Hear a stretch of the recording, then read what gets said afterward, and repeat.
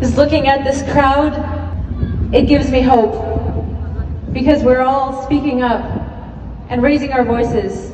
And I want to thank each and every one of you. The reason I got into music was not because of my love for music. It was so that I could speak up for those people who don't have a voice. And today, I'm thankful that I can, as much as I possibly can. So I wanted to just sing a little bit of the song that I dedicated to those Afghan girls who have once again lost their freedom. دخترم دختر خانم من دختر ملک دل ایرانم من مشکن بال و پرم را مشکن تاج سرم را مشکن از تو آزاد چو بدمن از تو آزاد چو بدمن عشق دارم چو منالای بلتن زده هم نغمه چو بلبل به چمن زینب و ناز و مهری به سخن زینب و ناز و مهری به سخن. A very quick speech. Thank you. The international community, under the leadership and for the support of the United States of America, went to Afghanistan to topple terrorist-sponsored government, and a collection of 46 nations stayed there to fight a terrorist organization called the Taliban. Finally, after 20 years of fighting, loss of thousands of precious lives, and spending thousands of billions of dollars of taxpayers' money, President Biden decided to accept the most shameful defeat in the history of the United States of America and leave Bagram Air Base under cover of the dark at night, and left a vast land to a bunch of religious zealots wearing slippers and riding Chinese motorbikes. From the very first days, everybody in Afghanistan knew that these terrorists were coming from Pakistan to fight Americans and their allies, as well as Afghan forces. But nobody wanted to name the culprit that supported the insurgency for political reasons. The most powerful democracy in the world and the only superpower lowered itself to the level to sit at the same table with a well-known terrorist organization that had millions of dollars of bounties on their leaders' heads not long ago. Not only the United States of America, but all their NATO allies together gave in to a bunch of religious zealots and accepted a humiliating defeat. The fate of 36 million Afghan men and women is given to the hands of a group of zealots who do not believe in human rights, freedom of speech, equality, rights of women, democracy, or progress. They want to push the society to 1400 years back.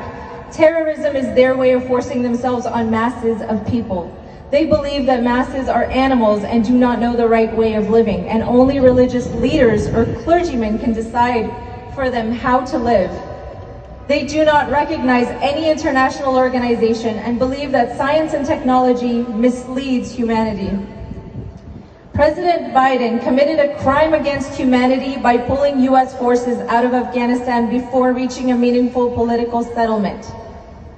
Terrorists, aka Islamic radicals, jihadists, Salafis, or Islamic fundamentalists make a strong network around the world and are the most serious threat for the security of mankind. The defeat of the Soviet Union emboldened and strengthened terrorist groups all around the world, from North Africa to the Far East. The defeat of the United States will provide every Islamic extremist with the belief that their ideologies come from God and it is the most righteous ideology. President Biden, by pulling out US troops from Afghanistan, not only accepted a humiliating defeat, but provided terrorists with a vast land that they will certainly try to expand.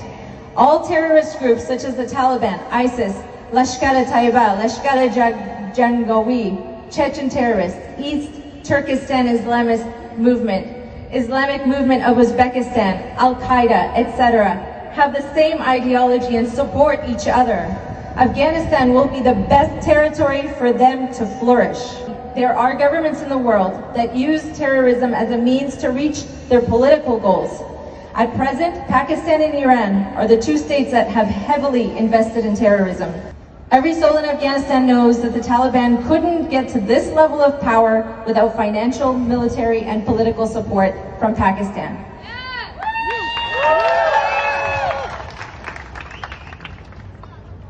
Pakistan Foreign Minister Mahmoud Qureshi is shamelessly jockeying through the capitals in the region to convince the leaders to recognize the Taliban government.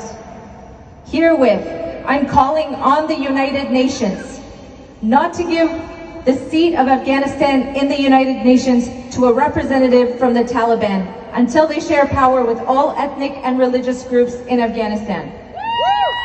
2.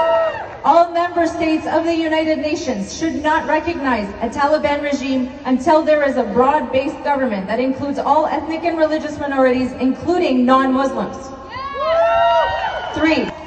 Sanctions of all types should be imposed on the Taliban to force them to respect human rights of all people living in that country, respect women's rights as equal to that of men's, respect children's rights, and respect the rights of religious minorities, including non-Muslims. Number 4, all members of the United Nations should designate the Pakistani government as a terrorist sponsor state and impose political, economic, and military sanctions on Pakistan.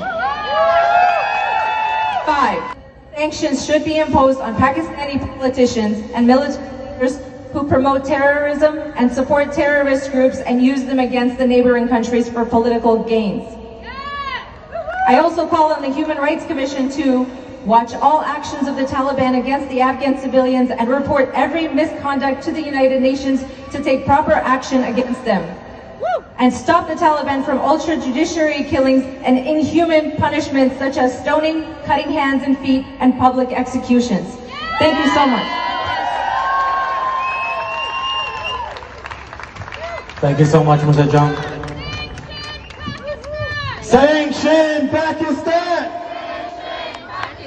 Sanction